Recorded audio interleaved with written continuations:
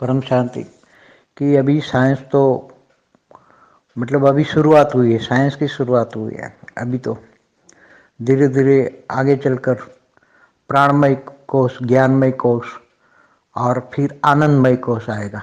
इसने बहुत बढ़िया बात की, क्योंकि जब प्राणमय कोश आएगा, जब प्राणमय कोश जागृत होता है, प्राणमय, प्राण माना प्राण वायु का मतलब सूक्ष्म शरीर में जो प्राण तत्व है, मतलब ऑक्सीजन है, जो ऑक्सीजन लेवल बढ़ जाता है तब प्राण को बहुत मतलब सूक्ष्म शरीर में बहुत पावर आता है। तब वो एक आनंदमय शरीर होता है। जब वो हिमालय में बैठकर एकदम ओम की ध्वनि करो और उसमें जो प्राण ऊर्जा बढ़ती है, मतलब ऑक्सीजन बढ़ता है बॉडी के अंदर, वायु तत्व में जब ऑक्सीजन बढ़ता है तब प्राण ऊर्जा बढ़ती, प्राण ऊर्जा उसको कहते हैं। तो वायुमय प्राणमय जो कोश होता है वो जागृत होता है। फिर प्राणमय कोश जागृत होता है तब उसको आनंदमय कोश जागृत करने की शक्ति आती है, आनंदमय। तो आनंदमय, जब आनंद प्राणमय शरीर जब जागृत होता है तब आनंदमय शरीर जागृत होता है। आनंदमय शरीर माना प्राण के अंदर जो शैल है, जो आकाश तत्व का शैल है, आकाश तत्व के ऊपर ये वायु तत्व का शैल है और वायु के अंदर अग्नि है। तो आकाश तत्व माना आनंदमय। आकाश तत्व में आत्मा मतलब निसंकल्प अवस्था, साइलेंस की शक्ति आ जाए तो आत्मा आनंद स्वरूप का अनुभव करती है। और वो आनंद स्वरूप जो है, जो एक आनंद स्वरूप आत्मा का अनुभव करती है, वो आने वाला समय कहता है कि आगे चलकर सारे विश्व में आनंद हो जाएगा। तो वो ज्ञान के हिसाब से, मतलब अपने जो शास्त्रों के हिसाब से कहते हैं, मगर ज्ञान के हिसाब से, परम ज्ञान के हिसाब से, जब भी धरती पर साइलेंस की शक्ति बढ़ती है, धरती पर लोग धीरे धीरे धीरे अति हो जाते हैं, अति के बाद धीरे धीरे लोग सोचते हैं, शांत हो जाते हैं, तब साइलेंस की शक्ति बढ़ती है। तो आकाश की शक्ति की बात बता रहे थे, आकाश शक्ति बढ़ती, आकाश की शक्ति। और जब आकाश की शक्ति होती है तब धरती पर लोग आनंदमय होता है, तब सतयुग स्टार्ट होता है, सतयुग स्टार्ट होता है, सतोप्रधान योग, जहाँ आकाश तत्व की वैल्यू बहुत होती है। आकाश तत्व बहुत होता है, उसी टाइम आकाश तत्व, धरती के अंदर भी आकाश तत्व होता है, शरीर के अंदर भी आकाश तत्व ज़्यादा होता है, बॉडी जो होती है हल्की होती है। उसी टाइम अन्नमय जो कोष बताता है, स्थूल शरीर में जो अन्न का शरीर बहुत कम होता है, कि जैसे बॉडी के अंदर आकाश तत्व बढ़ गया है, वायु और अग्नि, और स्थूल जो जल और पृथ्वी है बहुत कम हो जाता है सतयुग में। तो सत्व प्रधान आत्मा, आत्मा की स्टेज शरीर के हिसाब से हो जाती हैं, शरीर भी सत्व प्रधान और मन भी तमो प्रधान, मन भी सत्व प्रधान। तो आकाश तत्व के कारण होता है। और लोगों जब कलह युग में अति हो जाता है, अति कलह युग में मतलब जब धरती पर अति हो जाता है, तब अति होने के बाद उसका अंत होता है, तब धरती पर एकदम साइलेंस की शक्ति, क्योंकि उसी टाइम तो वो पुरानी प्रोसेस के हिसाब से विनाश हो जाता है, अति होता है, अंत हो जाता है, विनाश कर देते हैं। जब विनाश के बाद एकदम साइलेंस की शक्ति होती है, कलयुग के अंत में सारी सृष्टि पर पूरा विनाश हो जाता है, तब धरती पर सोचने वाले कोई नहीं रहता है, तब एकदम साइलेंस की शक्ति होती है। जब साइलेंस की शक्ति धीरे धीरे बढ़ती है तो वायुमंडल में भी सत्व प्रधान होता है। पहले मनुष्य तमो प्रधान थे, तो वायुमंडल तमो प्रधान था, और वायुमंडल तमो प्रधान होता है तो बहुत सोचते लोग, बहुत सोचते बहुत सोचते बहुत सोचते हैं, तो वायु तमो प्रधान होता है। वायु तमो प्रधान होने के कारण वायु तत्व के अंदर भी एकदम नेगेटिव शक्ति आती है। वायु तत्व में जब नेगेटिव शक्ति आती है, लोगों के नेगेटिव सोच, नेगेटिव संकल्प, तब वायु तत्व वो प्रलयकारी बन जाता है। और वायु तत्व जब प्रलयकारी बन जाता है तो वायुमंडल बन जाता है, एक साथ में बारिश, जबरदस्त बारिश, नेचुरल कैलेमिटी आती है, एकदम साइक्लोन। तो लोगों की नेगेटिव सोच एकदम तो अति की ओर ले जाती है और फिर विनाश हो जाता है, फिर धरती पर साइलेंस की शक्ति आती है। तो वो बात कर रहे थे कि भी आनंदमय कोश, आनंदमय कोश जब साइलेंस की शक्ति बढ़ती है, ऐसी तरह आत्मा के अंदर भी साइलेंस की शक्ति बढ़ती है। मन के अंदर इच्छाएं खत्म हो जाती हैं। जब कलयुग में इच्छाएं बहुत बढ़ती हैं, सोच बढ़ती हैं, बहुत सोच बढ़ती हैं कि इसलिए कर्म, अपनी इच्छाएं पूरी करने के लिए कर्म, नेगेटिव कर्म बन जाते हैं। इसलिए वायुमंडल नेगेटिव बन जाता है, इसलिए अति दुखदायी वायुमंडल होता है और इसलिए नेचुरल कैलेमिटी भी आती है। वायुमंडल में नेगेटिव होता है तो नेचुरल कैलेमिटी आते हैं। जब वही वायुमंडल में जब आत्माएं जो थी, मनुष्य जो अति हुआ तो अंत हो गया, तो साइलेंस की शक्ति आई। साइलेंस की शक्ति आने से धीरे धीरे धीरे आकाश तत्व बढ़ता है, और आकाश तत्व बढ़ता है तो एकदम धरती पर भी साइलेंस की शक्ति। धरती पर जब आकाश तत्व बढ़ता है, धरती के पूरे वायुमंडल को बदल देता है। आकाश तत्व बढ़ने से जो नेगेटिव वायुमंडल है उसको एकदम आकाश तत्व में कन्वर्ट कर देता है। नेगेटिव वायु को वो आकाश तत्व में कन्वर्ट कर लेता है। आकाश तत्व सोख लेता है नेगेटिव वायु को, नेगेटिव सोच को आकाश तत्व अंदर एब्सॉर्ब कर लेता है और एकदम सत्वप्रधान वायुमंडल बनाता है। तब सतयुग शुरू होता है। सत्वप्रधान वायुमंडल माना नेगेटिव सोच आकाश तत्व उसके अंदर एब्सॉर्ब कर लेती है, वो सत्वप्रधान बन जाता है। और जब सत्वप्रधान बन जाता है तब वायुमंडल के अंदर एकदम सुख शांति हो जाती है। और वायुमंडल में जब सुख शांति होती है तब आने वाला मनुष्य भी सुख और शांति का अनुभव करता है, आनंद स्वरूप होता है। धरती पर आनंद स्वरूप होना मतलब एकदम शांति, कोई चीज की इच्छा ही नहीं। और जब कोई चीज की इच्छा नहीं तो प्रकृति सत्वप्रधान बन जाती है, तब सुख देने वाली होती है। तो सतयुग में वहां भूख प्यास भी, धरती पर भी भूख प्यास इतनी नहीं लगती थी।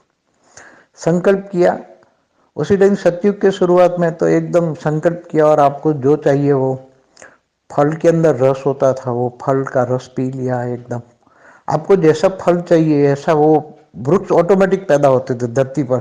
कोई इसको उगाने की ऐसी जरूरत नहीं होती सतयुग में। एकदम आप मनुष्य के अनुरूप वृक्ष पैदा होते थे धरती पर, जंगलों में, और वो वृक्ष का रस पीते थे सतयुग में। हल्का सा रस होता था, मनोमय, एकदम शरीर मन खुश हो जाता था। मन खुश होता तो मनोमय शरीर जो होता है, तो मन खुश होता तो मनोमय शरीर खुश हो जाता है, तो मन को तृप्ति हो जाती। थोड़ा सा रस पिया, एक फल निकाला और फल को एक पी लिया, उसको खाने की भी जरूरत नहीं। सतयुग में खाने की भी जरूरत नहीं, सत्वप्रधान अवस्था होती है तो पी लेते थे ऐसे। दिन में 2-3 बार पी लिया है कोई रस सामने से। जंगलों में तो इतने होते, पब्लिक बहुत कम थी सतयुग में, पब्लिक बहुत कम थी, ना के बराबर पब्लिक होती थी सतयुग में। और इतना सत्वप्रधान वायुमंडल, आकाश तत्व बहुत हैवी होता था, वायु एकदम सत्वप्रधान होता था, और अग्नि भी सत्वप्रधान होती थी, अग्नि तत्व भी सत्वप्रधान होता था। इसलिए जल और मिट्टी भी सत्वप्रधान होता था, 5 तत्व सतयुग में सत्वप्रधान होता था। इसलिए इंसान को जो चाहिए वो ऑटोमेटिक बन जाता था। इंसान को वहां खेती करने की जरूरत नहीं, उगाने की जरूरत नहीं। जो सोचा और जैसा टेस्ट चाहिए, इंसान को जो जैसा टेस्ट चाहिए ऐसा बन जाता था। इसका ऐसा नहीं कि मेरे को ऐसा चाहिए, ऐसा सोचा नहीं, तुम्हें सोचने की भी जरूरत नहीं है। तुम्हें जो चाहिए, तुम्हारा हल्का मन की इच्छा, मनोमय शरीर वो काम करेगा, मनोमय शरीर से वाइब्रेट होकर जाएगा वायुमंडल में, वो मनोमय शरीर वाइब्रेट हो जाएगा। मनोमन से तुम्हारी संकल्पों की शक्ति होती है, मन की शक्ति वाइब्रेट होकर प्रकृति के अंदर जो तुम्हारे मन को जैसा खान मतलब इच्छा चाहिए ऐसा वृक्ष पैदा होगा, ऐसा वृक्ष पैदा होगा ऑटोमेटिक। और वो वृक्ष के अंदर ऐसा फल आएगा, वो फल आपको तुरंत अट्रैक्ट करेगा। वो पी लो, तो वो फल आपने पी लिया, फल का रस पी लिया, फल रस, तो आपको तृप्ति हो जाएगी। वहाँ ऐसा जरूरत नहीं मन को मतलब मनुष्य को उगाने की जरूरत है, ऐसा नहीं। मन ऑटोमेटिक मनोमय शरीर काम करेगा। मन में शक्ति है, मन सत्वप्रधान है। मन जब सत्वप्रधान होता है, इच्छा मात्र अविद्या हो जाता है, तो मन को कुछ भी नहीं चाहिए तब सब कुछ मिलता है। और मन को चाहिए चाहिए चाहिए तो कुछ नहीं मिला, क्योंकि मन की शक्ति खत्म हो जाती है। इसलिए बोला इच्छा मात्र अविद्या नष्टो मोह, वहां मोह नहीं होता किसी से। थोड़ा कुछ ज्ञान होता है सतयुग में, आत्माएं बहुत कम होती पूरी धरती पर। वहां शुरू में तो सतयुग में किसी का राज बाज कुछ होता नहीं है। धीरे धीरे बाद में सतयुग का एंड होता है, तब धीरे धीरे थोड़ी राजा ही, पूरी धरती का एक ही राजा होता है, मगर वो सत्व प्रधान होता है। पृथु, जैसे पृथु राजा बताया सतयुग का लास्ट राजा, तो वहाँ 50,000 साल, सतयुग के अंत में भी 50,000 साल आयु थी, शरीर की आयु थी। सतयुग में शुरुआत में तो इच्छा के अधीन शरीर होता था। सतयुग की शुरुआत में जब मनुष्य, वहाँ कोई ऐसे जन्म लेने की जरूरत नहीं होती थी, ऊपर से अच्छी अच्छी आत्माएं सतयुग में आती थी, ऊपर से तीसरे लोक से, दूसरे लोक से ये सब आत्माएं आती थी और अपने आप ही अव्यक्त से अव्यक्त बन जाती थी और व्यक्त बन के जितना चाहे इतना शरीर पर, धरती पर रहती थी, उड़ के घूमती फिरती थी। उनके पास जो सतो प्रधान में जो उनके पास विमान होते थे, वो संकल्प मन की गति से चलने वाले विमान होते थे। मन ने सोचा, संकल्प किया, 3 तत्वों का वायु विमान बन गया, उसमें ये बैठ गया। वो खुद वायु में बैठेगा तो वो भी 3 तत्वों में कन्वर्ट हो जाएगा और वायु विमान उड़ेगा। उसको चाहा, मनुष्य ने चाहा कि मुझे अब ऊपर दूसरे लोक में जाना है, संकल्प किया, दूसरे लोक में पहुंचा, तीसरे लोक में पहुंचा। तो ऐसे मन की गति, जिनको मनोमय शरीर कहते हैं, मनोमय शरीर बहुत जागरूक होता है, बहुत चार्ज होता है, इतना चार्ज हो जाता है कि मन ने चाहा और वो सीधा व्यक्त से अव्यक्त बने और ऊपर के लोक में चलने लगे। जैसे देवता धरती पर आते थे तो वो अव्यक्त से व्यक्त बनते थे, 5 तत्व धारण करते, फिर जब चाहा तो 5 तत्वों से 3 तत्वों में कन्वर्ट हो जाते थे, उसको व्यक्त से अव्यक्त बोलेंगे। तो ये सभी, ये जो मन की गति है, मनोमय शरीर, आनंदमय शरीर, तो आनंद, आत्मा को आनंद, वहां आत्मा को आनंद मिलता था, आत्मा का आनंद था। तो आत्मा आनंद कब मिलती है? जब एकदम मनोमय शरीर चार्ज हो जाता है। जब तक अन्नमय शरीर है, अन्नमय शरीर बहुत कम होता है, सतयुग में अन्नमय शरीर की वैल्यू नहीं होती। वहाँ थोड़ा सा जूस पी लिया, सतयुग में थोड़ा सा रस पी लिया, बस, ज़्यादा इच्छा नहीं होती थी। वैरायटी प्रकार के, इतने प्रकार के वृक्ष होते थे, उसमें जो चाहिए वो उनको मन चाहिए, वो अट्रैक्शन हुआ और आपने रस पी लिया, वृक्ष के रस। तो वो एक सतयुग, त्रेता, द्वापर, कलयुग, 4 युग में जो घूमते घूमते आत्माएं धीरे धीरे धरती पर ऊपर से नीचे आत्माएं, कोई दूसरे लोक से, कोई तीसरे लोक से, कोई चौथे लोक से भी आया, कोई बाहर से आने वाली आत्माएं जो दूसरे ब्रह्मांडों से, यहाँ गैलेक्सियों से, यूनिवर्स से, ग्रेट यूनिवर्स G2 से आई हुई आत्माएं भी जब ऊपर से नीचे आती हैं तो पहले तो ये अनुभव करती हैं कि ये 5 तत्व तो हल्के होते हैं, तो चलो अच्छा होता है। तो उसमें धीरे धीरे बहुत मजा आता है। सतयुग का जीवन एकदम सतोप्रधान होता है, मगर उसी टाइम एक 7 जो पाताल लोक है उसमें राक्षस तो होते ही हैं।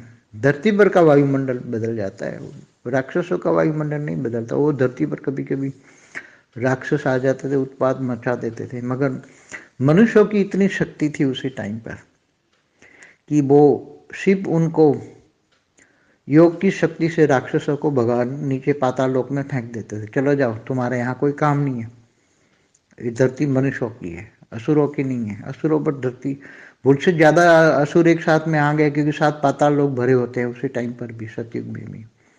तो विष्णु के अवतार सतयुग में होकर उनको मारकर असुरों को भगा देते थे।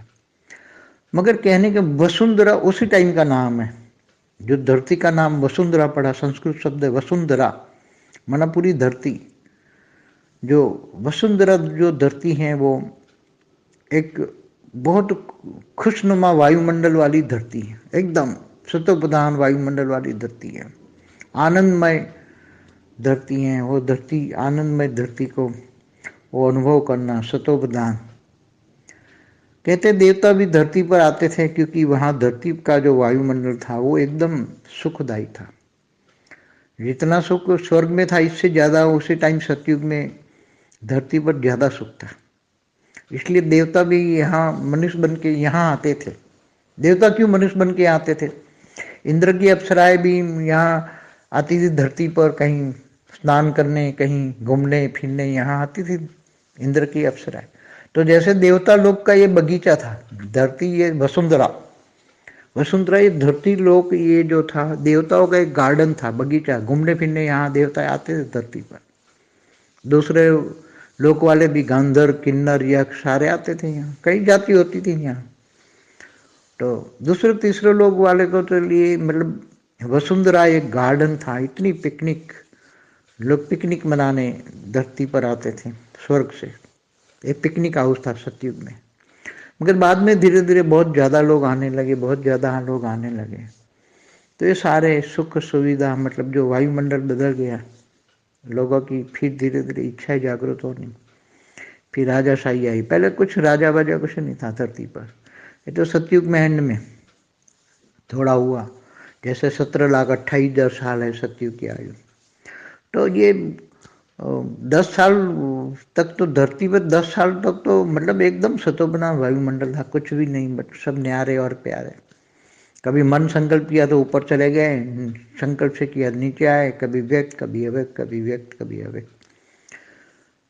ये धरती की चीजें भी ज्यादा यूज नहीं, कोई भी चीज यूज ही नहीं करते थे। ये तो केवल इच्छा की। धरती पर इतने सुगंधित फूल होते थे धरती पर सतयुग के अंदर कि इतने सुगंधित, यहाँ जहाँ से भी निकल जाओ आपको मन प्रसन्न, फूलों की सुगंधी आएगी, तो सुगंधी लेते थे उसी टाइम। और उसी टाइम सुगंधी से ही मन भर जाता था, खाने पीने की इच्छा ही नहीं होती। सतयुग की शुरुआत में तो ये सुगंधित फल होता, सुगंध होता, फलों की जरूरत नहीं होती थी। सतयुग की शुरुआत के 5 लाख साल तो धरती पर केवल सुगंध होती, सुगंधी सुगंध, सुगंधी सुगंध, सुगंध, इतनी सुगंध होती थी कि जो भी ऊपर से नीचे आए तो उनको सुगंध मिले। जो स्वर्ग में भी सुगंध नहीं होती वो धरती पर सुगंध होती थी, फूलों की सुगंध। और वो कोई फूल उगाता नहीं था, जंगल में अपने आप ही उगते थे, अपने आप ही सब कुछ होता था अपने आप। उसी टाइम थोड़ी जरूरत हो तो जहाँ जरूरत वहाँ बारिश होती थी हल्की सी, बाकी जरूरत ही नहीं है तो नहीं होती थी। सब कुछ प्रकृति के 5 तत्व एकदम सतोप्रधान, मतलब सुख देने वाले, आत्मा को, मनुष्य आत्मा को सुख देने वाले। इसलिए सतयुग के पहले 5 लाख साल एकदम सुगंधमय, सुगंधमय होता था, सुगंधमय शरीर। जो आत्मा होती थी उसकी बॉडी से भी मन में अंदर सुगंध लेने की, जैसे मन के अंदर इच्छा हुई तो वो ऑटोमेटिक वायुमंडल में जाएगी, इच्छाएं वाइब्रेट होगी, और वो वाइब्रेशन से प्रकृति उसके लिए जो उनके मन को खुश करने वाले पुष्प बनेंगे, और उससे जो पुष्प की सुगंध वाले ये फूल ऑटोमेटिक आएंगे, वो फूलों से सुगंधी होगी और वो मन को उनको खुश करेगी। वो प्रकृति का एक नेचर है। वैसे देखा जाए तो प्रकृति किसको कहते हैं? जो आत्मा का नेचर, स्वभाव, संस्कार होता है, उसी के हिसाब से 5 तत्व उसको फॉलो करता है। आत्मा जब सतोप्रधान होती हैं, सतयुग में सतोप्रधान होती हैं, तब प्रकृति उसको सुख देती है। और कलयुग के अंत में जब लोग नेगेटिव हो जाते हैं, संख्या बहुत बढ़ जाती है, नेगेटिव हो जाते हैं, नेगेटिव, मेरा तेरा, लड़ाई झगड़े, कलह युग मना, लड़ाई झगड़े, तब प्रकृति भी विनाशकारी हो जाती है, नेचुरल कैलेमिटी आती है, विनाश कर देती है। वहां विनाशकारी प्रकृति नहीं होती, सतोप्रधान। तुम्हारे मन ने जो चाहा वो प्रकृति ने बना दिया और तुम्हें मन को खुश कर दिया। प्रकृति तुम्हें मन को खुश करती थी। प्रकृति की ड्यूटी है कि आत्माओं की सेवा करना। प्रकृति की, चाहे 5 तत्व वाली प्रकृति हो, चाहे स्वर्गलोक वाली 3 तत्वों की प्रकृति हो, कि परमधाम में निराकारी प्रकृति हो। तीनों लोक, निराकारी दुनिया, आकारी दुनिया और साकारी दुनिया। धरती पर सतोप्रधान होता है, मगर ऊपर जैसे स्वर्गलोक से ऊपर जाओ, महालोक, जनलोक, तपलोक, ब्रह्मापुरी भी जाओ, सत्यलोक में जाओ, ब्रह्मापुरी जाओ, तो वहां भी प्रकृति धीरे धीरे रिफाइन होती रहती है। मगर बहुत धरती पर बहुत संख्या बढ़ जाती है, बाहर के लोग बहुत आते हैं, तो ये 7 लोग भी भर जाते हैं। ये ब्रह्मापुरी तो बहुत भर जाते हैं, बहुत 7 लोग भर जाते हैं, 60 लोग, 7 डायमेंशन पूरे भर जाते हैं। इतनी पॉपुलेशन बढ़ जाती है क्योंकि रचना की रचना, जतन की रचना, रचते ही जाते, आकारी रूप में बहुत रचना रची। तो आकारी रूप में इतनी रचना रचते रचते रचते जब बढ़ जाती हैं, तब पूरे कल प्रलय होता है, भूलोक, बभ्रूलोक, स्वर्गलोक, इसलिए विनाश करना पड़ता है। तीनों लोक में बहुत प्रकृति तमो प्रधान हो जाती है, तो प्रकृति को रिफाइन करने के लिए फिर उसका विनाश करना पड़ता है। इसलिए जो धरती पर की जो एक्चुअली सुख की जो डेफिनेशन सतयुग में होती है, उसमें सतयुग की शुरुआत में आधा सतयुग समझ लो, 17 लाख 28 हजार साल है, तो 17 लाख में से पहले 5-7 लाख साल तो इतना मतलब मन को खुश करने वाली वायुमंडल होती है। प्रकृति तुम्हारी सेवा करती है, प्रकृति मनुष्य आत्माओं की सेवा करती है। और वहाँ जानवर, पशु, पंखी जो भी होते थे सतयुग में, जो होते हैं जानवर, वो एक दूसरे के संकल्पों से बात करते हैं। उनके भाषा संकल्प होती है। सतयुग में कोई ऐसी जुबान नहीं होती, सारी धरती पर संकल्पों की भाषा होती है। पशु पक्षी इतना मतलब उसका आवाज जो होता है, मतलब संकल्पों की शक्ति होती है, उसका हल्का सा आवाज निकलता है पशु पंखी जानवरों का थोड़ा, मगर वो मधुर होता है। पशु पंखी जब कलरव करते हैं, उनकी जो एकदम, तो बहुत सुखदायी होते, सुख देने वाले पशु पक्षी होते हैं। वहाँ ये ऐसा ये टाइगर, वो उसको ये ऐसे एकदम सतोप्रधान, वो भी पशु पक्षी भी ये वायुमंडल से इतने तृप्त होते हैं कि वो भी पशु पक्षी भी सतोप्रधान होते हैं, वो तमोप्रधान नहीं होता है। आज का जो दुनिया देख रहे हो, कलयुगी दुनिया, ऐसे वहाँ नहीं होती है। चाहे टाइगर भी हो, चाहे शेर भी हो, तो वो प्रकृति के नियम से बना हुआ है, तो वो सतोप्रधान होता है। वो भी जो उनको जो चाहिए वो ऑटोमेटिक मिल जाता है। वो भी ये फल होते हैं, तो वो फल का जूस वो भी पीते हैं, जानवर भी पीते हैं, पशु पंक्षी भी जानवरों का ये पीते हैं। वहाँ कोई एक दूसरे को हिंसा नहीं करते, वहाँ हिंसा होती नहीं, सतयुग में हिंसा होती नहीं। तो ये प्रकृति के पांचों तत्व जो होते हैं, तो सतोप्रधान से तमोप्रधान इतने धीरे धीरे धीरे सतयुग देता द्वापर कलयुग आते आते क्यों बन गया? क्योंकि आत्माएं ढेर बढ़ने लगी, फिर इच्छाएं बढ़ने लगी, फिर राजाई हुई, राजाएं फिर धरती पर छोटे छोटे राजा हो गए। त्रेता में धीरे धीरे धरती पर छोटे छोटे राजा होने लगे, फिर राजा आपस में लड़ने लगे, राजा और प्रजा आपस में टकराने लगी। तो ये सब धीरे धीरे त्रेता के अंत में जैसे राम और रावण भी पैदा हुए, रावण भी पैदा हुए, बहुत ज्ञानी होने के बावजूद भी इच्छाएं बढ़ जाती हैं, भोग बढ़ जाते हैं। तो त्रेता में बीच में से थोड़ी इच्छाएं बढ़ जाती हैं, मगर फिर भी अच्छी आत्माएं ऋषि मुनि आ जाते हैं, लोगों को ज्ञान देते धरती पर, और वो समझाते रहे पूरा द्वापर, तो फिर ऐसा ही जाता है। और कलयुग में तो सामने प्रकृति के पांचों तत्व इम्बैलेंस हो जाते हैं, दुखदायी। इसलिए जो मनोमय शरीर, एक्चुअली जो मनोमय शरीर किसको कहते हैं? स्थूल शरीर अन्नमय कहते हैं। अन्नमय शरीर, अन्न जो खाते हैं उससे स्थूल शरीर बनता है। प्राणमय शरीर, प्राण वायु जो लेते हैं उससे प्राणमय शरीर बनता है। प्राणमय शरीर के अंदर एक मनोमय शरीर होता है, जो मन जो सोचता है उसके कारण जो शरीर, मनोमय शरीर माना कारण शरीर। तो कारण शरीर चार्ज होता है, तो कारण शरीर माना आकाश तत्वों में सब कुछ रिकॉर्ड है। मगर धीरे धीरे जब आकाश तत्वों की शक्तियां बढ़ती हैं, तो वो अकारण शरीर में रिकॉर्डेड सारे विकर्म, सकर्म, अकर्म सारे रिकॉर्ड खत्म हो जाता है। कारण शरीर का सारा रिकॉर्ड खत्म हो जाता है, तब आत्मा में कोई रिकॉर्ड नहीं रहता, तब एकदम आत्मा सतोप्रधान बन जाती है। तब वायुमंडल भी सतोप्रधान बन जाता है, तब आनंदमय कोष जागता है। तो आनंदमय कोष तो हल्का सा परम तत्व की मात्रा है, 1% भी आ जाए वायुमंडल में, 1% भी परम तत्व आ जाए, परम आकाश भी आ जाए, आकाश के अंदर 1% परम आकाश आ जाए, तो भी एकदम साइलेंस की शक्ति जबरदस्त होती है। और जब साइलेंस की शक्ति होती है, तब साइलेंस की शक्ति के कारण ही धरती पर 1% परम आकाश हो धरती पर, तो सतोप्रधान वायुमंडल मतलब आकाश तत्व तो बहुत हैवी हो जाता है। और जब आकाश तत्व तो हैवी होता है, तो वायु और जल का कुछ नहीं चलता, वायु जल मिट्टी ये कुछ नहीं कर सकते।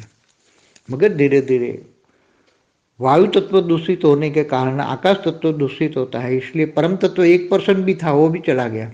आज भी वायुमंडल में 0.0001% भी परम तत्व नहीं है।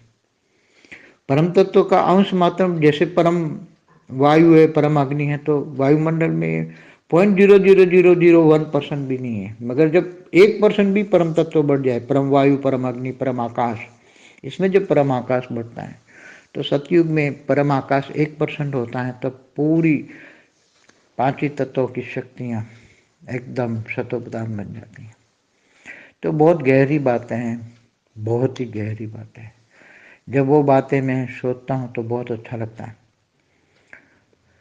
जैसे एकदम पहाड़ नदियाँ भी होती हैं, तो पहाड़ नदियाँ भी एकदम रिफाइन हो जाते हैं।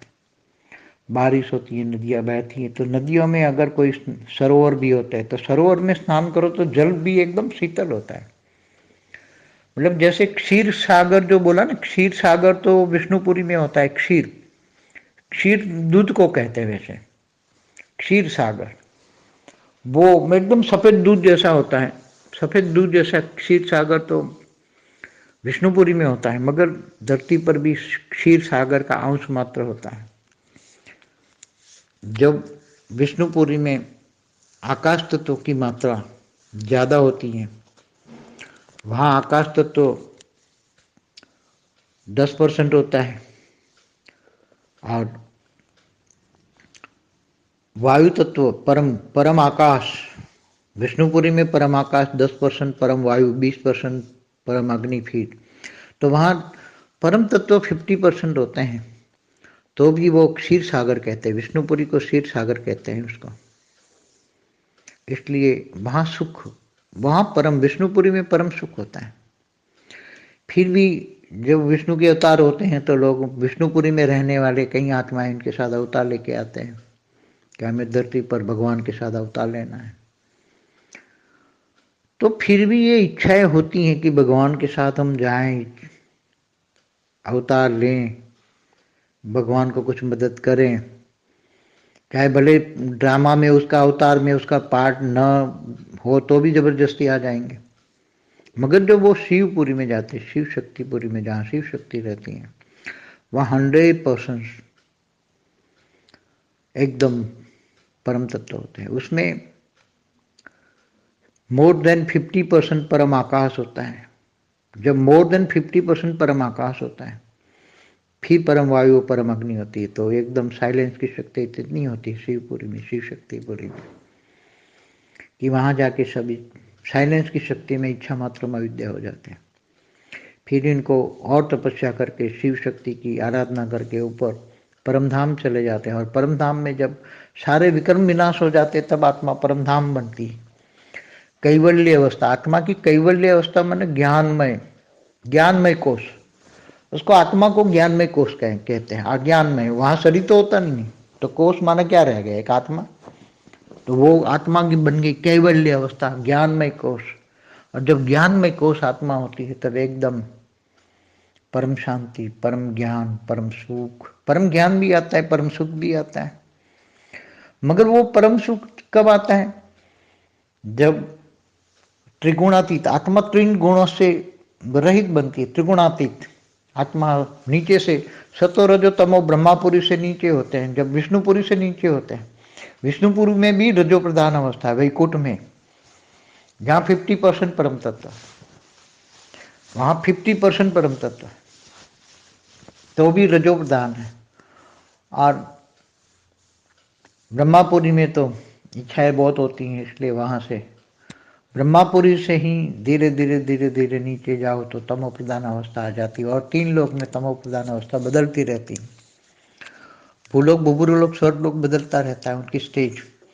जब तमो प्रधान होती है तो विनाश होता है, फिर सतो प्रधान, सतो रजो तमो, सतो रजो तमो, ऐसे मेन आत्माओं की स्टेज, मनुष्य आत्माओं की स्टेज बदलती हैं और सब कुछ सृष्टि बदलती है। और जब आत्मा परमधाम में जाती है तो कैवल्य अवस्था में आत्मा निर्गुण बन जाती है। जब निर्गुण, कोई गुण ही नहीं है, गुणातीत आत्मा में कोई गुण नहीं है, न सतो गुण है, न रजो गुण है, न तमो गुण है, कोई भी गुण नहीं है, लेप छेप कुछ भी नहीं।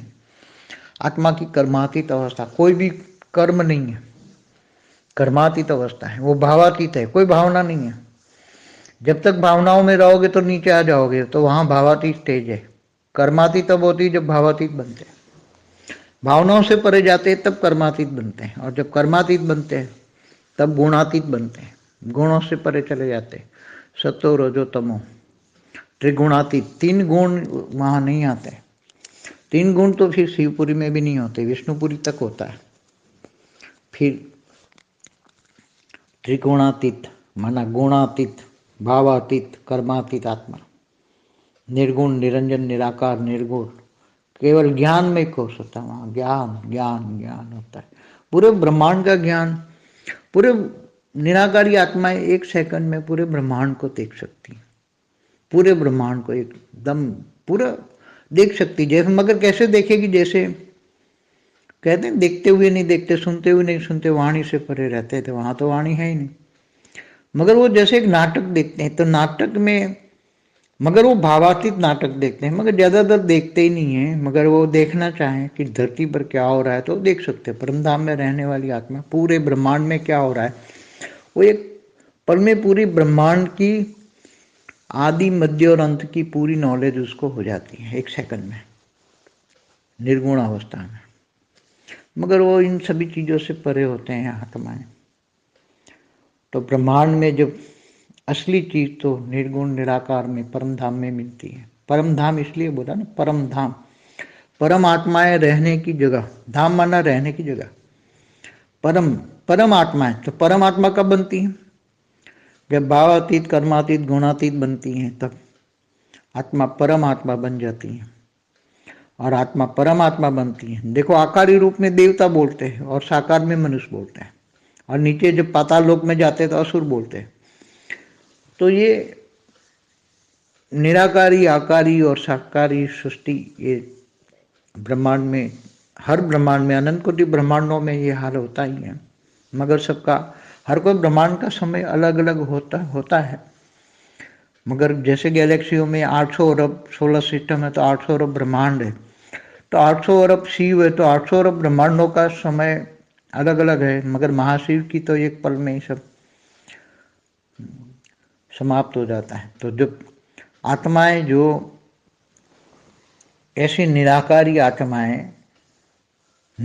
आत्माएं पावरफुल होती हैं, तो वास्तव में जो ब्रह्मा की रचना है, बहुत समझने जैसा है कि जो ब्रह्मा की रचना है, ब्रह्मांड में जो ब्रह्मा द्वारा सर्जन किया वो रचना है, वो परम धाम में जाते ही वो आत्मा एकदम एकदम शांत हो जाती है और धीरे धीरे लाइट की ओर अट्रैक्शन होकर उसमें समा जाती है। क्योंकि इस ब्रह्मांड के शिव ने ब्रह्मा द्वारा सर्जन करवाया है, इसलिए ब्रह्मांड में तो वो आत्मा परम धाम में जाते, क्योंकि परम धाम, वो आत्मा जो गई है वो ब्रह्मा की रचना है, इसलिए ब्रह्मा द्वारा जो सर्जन किया, तो वो ज्यादा पावरफुल आत्मा नहीं होती। वो जैसे निराकार से आकारी बनता है, आकारी शिव शक्ति मिलके फिर विष्णु की रचना करती है, तो अंश मात्र पावर गया। शिव शक्ति में भी निराकार का अंश मात्र पावर आया, अंश का भी अंश विष्णु बना, उसका भी अंश ब्रह्मा बना, और ब्रह्मा द्वारा सर्जन किया वो भी अंश का अंश होता है। तो उसमें ज़्यादा परम लाइट शुरू में होती, बाद में फिर परम आकाश की आत्माएं बनती हैं। फिर धीरे धीरे आत्मा के स्टेज बहुत सर्जन होता है, तो परम वायु, फिर परम अग्नि, फिर धीरे धीरे इतनी तमो प्रधान आत्माएं बन जाती, तो परम तत्व कुछ नहीं होते, तो केवल आकाश तत्व की आत्माएं बनती हैं। तो जब आकाश तत्व की आत्मा है, तो आकाश तत्व की आत्माएं ब्रह्मापुरी तक जाती हैं, तब तक तो ठीक है। विष्णुपुरी में जाते ही वो डाइल्यूट हो जाती है, क्योंकि वहाँ 10%, विष्णुपुरी में 10% परम आकाश है और 50% टोटल तीनों परम तत्व है, इसलिए वो आत्मा डाइल्यूट हो जाती है। इसलिए विष्णुपुरी में ऐसी कोई आत्मा जा ही नहीं सकती। आसुरी वृत्ति वाले भी कभी कभी पहुंच जाते हैं, मगर वो बहुत पावरफुल आत्मा है। वो इस ब्रह्मांड की रचना, ब्रह्मा की रचना नहीं है, वो दूसरे गैलेक्सियों से आई हुई आत्मा है। अगर वो 3-4 कला की आत्मा है, 3-4 कला की आत्माएं यहाँ असुर बन जाते थे, गिर जाते थे। तो ऐसी ब्रह्मांड के पहले परात में बहुत असुर 7 लोग भरे पड़े थे। तो 7 लोग असुर में, पहले परात में जो असुर भरे पड़े थे, वो दूसरा परात शुरू हुआ, तब ये सारे असुर बन के फिर मनुष्य बन के ऊपर आने लगे और देवता भी गिरने लगे। और फिर दूसरे परात की शुरुआत में G2 से देवता आए वहाँ से ऊपर से, तो देवता फिर भी ऊपर रहने लगे, असुर आने लगे। तो ये असुर और देवता मतलब आत्माओं की बात है। असुर माना संस्कार असुर है, देवता माना संस्कार दिव्य है। देवताओं के संस्कार दिव्य हो उसको देवता कहेंगे। तो ये सब बहुत अति गुह्य बातें हैं सब समझने के लिए। ये सब समझने के लिए दिव्य बुद्धि चाहिए, परम बुद्धि चाहिए। अगर आत्मा के पास परम बुद्धि नहीं है, केवल बुद्धि नहीं चलेगी। ये सब समझने के लिए बुद्धि नहीं, बुद्धि भी सतोप्रधान चाहिए। तो सत्युग त्रेता तक बुद्धि सतोप्रधान है तो समझ जाएगी। मगर ये सब आत्मा की कैवल्य अवस्था, परमधाम की अवस्था, ये मनोमय अवस्था, मन से ऊपर आनंद स्वरूप, परमानंद स्वरूपम कहते हैं, परम आनंद स्वरूपम, निज आनंद स्वरूपम, नित्यानंद स्वरूपम, नित्य आनंद। तो परम धाम में नित्य आनंद होता है। वो तो आकारी दुनिया में ब्रह्मापुरी में भी नित्य आनंद नहीं होता है, वहाँ भी तो इच्छाएं बढ़ती हैं। इसलिए कहने का मतलब, जब तक आत्मा त्रिगुणातीत, भावातीत, कर्मातीत नहीं बनती, तब तक ये